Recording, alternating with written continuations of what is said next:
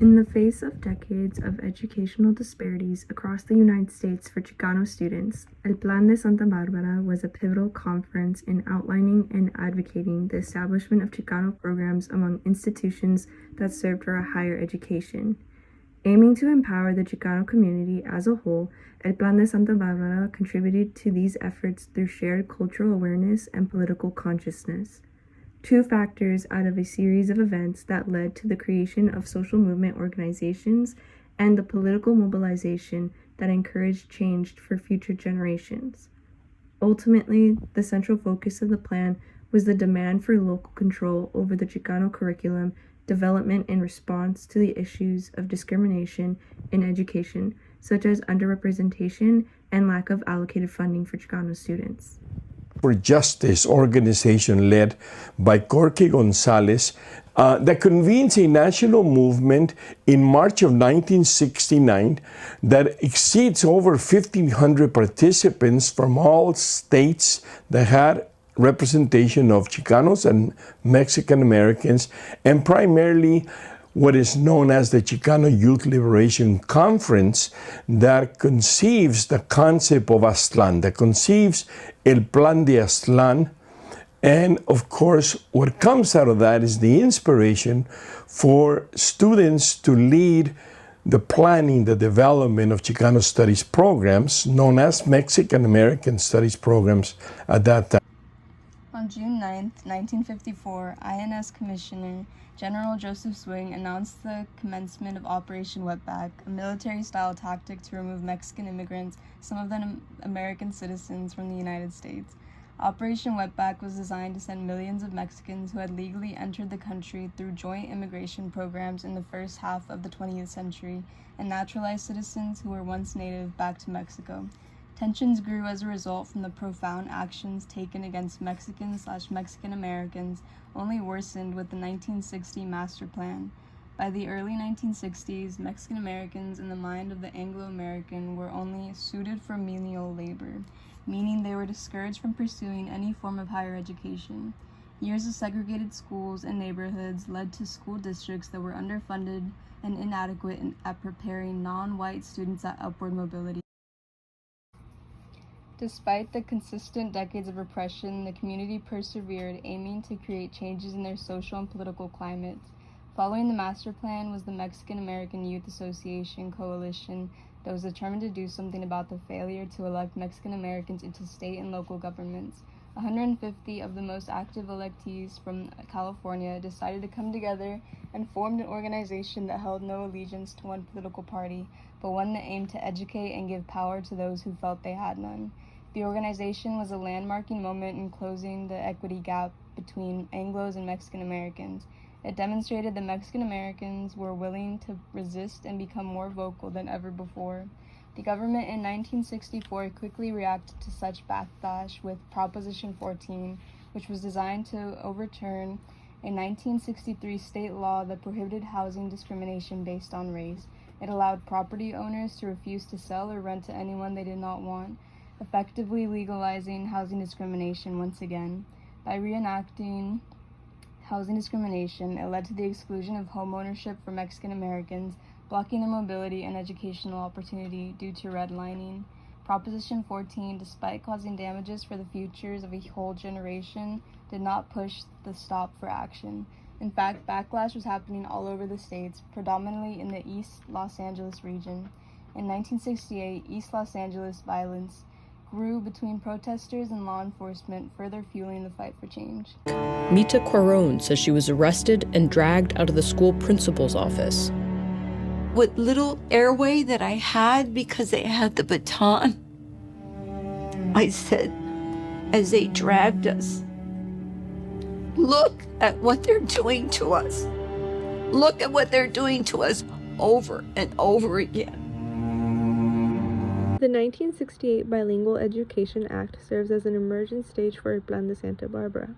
Inspired by the Calexico Bilingual Act of 1963, it provided federal grants to school districts for the purpose of establishing educational programs for children with limited English-speaking ability. community. And then the Bilingual Education Act was passed in 1968. And my argument is that it was passed to control this civil unrest, and that what we did was we took it as a way to just improve the self-esteem of the community and instill cultural pride. But we divorced it from the broader political struggles and reframed it just as a compensatory program for linguistically deficient students. So Senator Yarborough, whom Oscar introduced earlier in 1967 when he was introducing the legislation to Senate, said that monolingual schooling had caused great psychological harm to bilingual children and contributed to their poor performance in school and their high dropout rates. The Dreaming stage continued to fuel throughout the 1960s. Movements formed through La Raza and Third World Liberation Front created a sense of empowerment within the invisible minority, which motivated them to come forward, no longer fearing the potential backlash.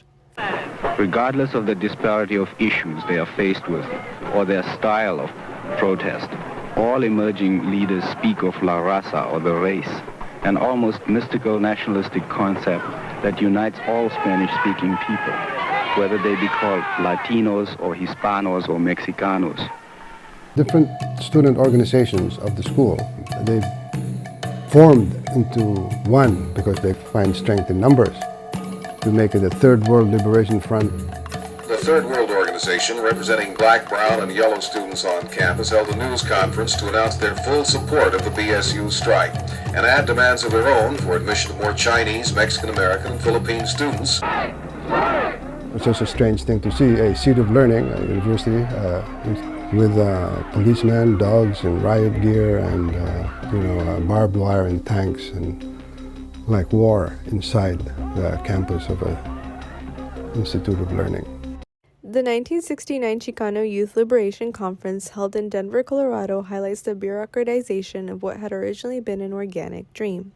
Presented by political activist Rodolfo Corky Gonzalez, he met with Chicano youth to discuss the decision-making process needed to formalize the combating of oppression and discrimination.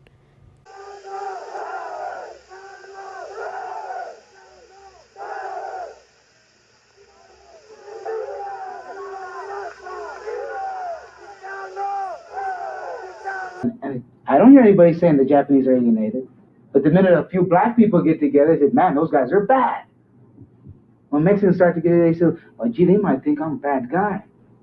The hell with what they think. Because what they thought has created all the problems for the mass of our people. There wouldn't be any racism if his folks and his forefathers hadn't provoked it. There wouldn't be any discrimination if his forefathers hadn't provoked it and built upon it and created a status quo barrier to all other people. The successful execution of El Plan de Santa Barbara showcases how social and political practices benefit Chicanos in education, as they were able to prosper in the implementation of ethnic and Chicano studies courses in college-level education.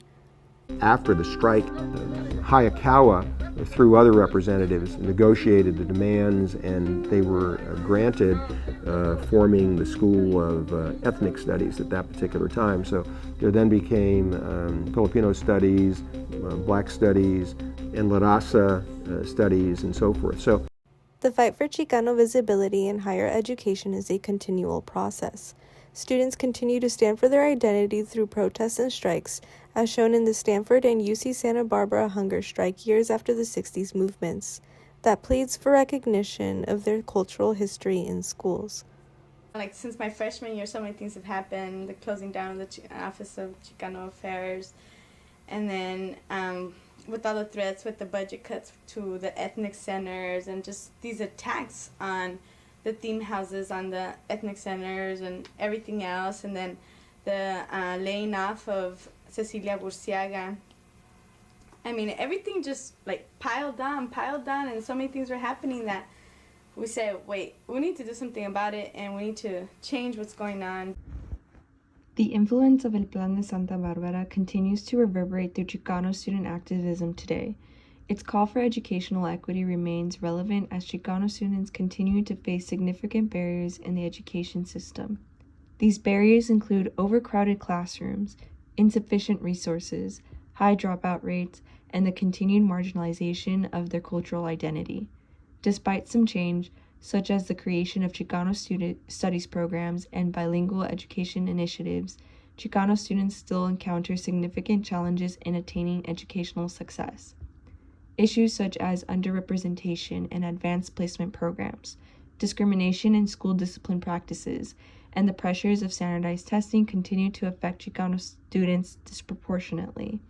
Furthermore, the legacy of the plan has inspired a new generation of student activists, many of whom are working to ensure that the educational needs of the Chicano students are met. Groups like Movimiento Estudiantil Chicano de Aztlán, also known as MECA, continue to advocate for educational reform, while others focus on addressing the needs of undocumented students and immigrant rights. However, much work remains to be done. While programs like Chicano Studies are more widespread than previously seen, they are underfunded, and bilingual education remains volatile, affecting access to the resources needed for success. As a result, the legacy of El Plan de Santa Barbara calls for sustained activism, community engagement, and systemic change. Our call to action for future generations is the continuing fight to our right of education and acknowledgement of our history, culture, language, and needs through building on existing organizations, advocating resources to the community, and demanding political change for an equitable future. With that said, we ask you to consider, how can Chicano students and allies today draw upon the principles of El Plan de Santa Barbara to address current challenges and build an even more inclusive and equitable educational system? It was not about getting our students to change to fit into a system of services. It was about getting the system of services to meet and change to meet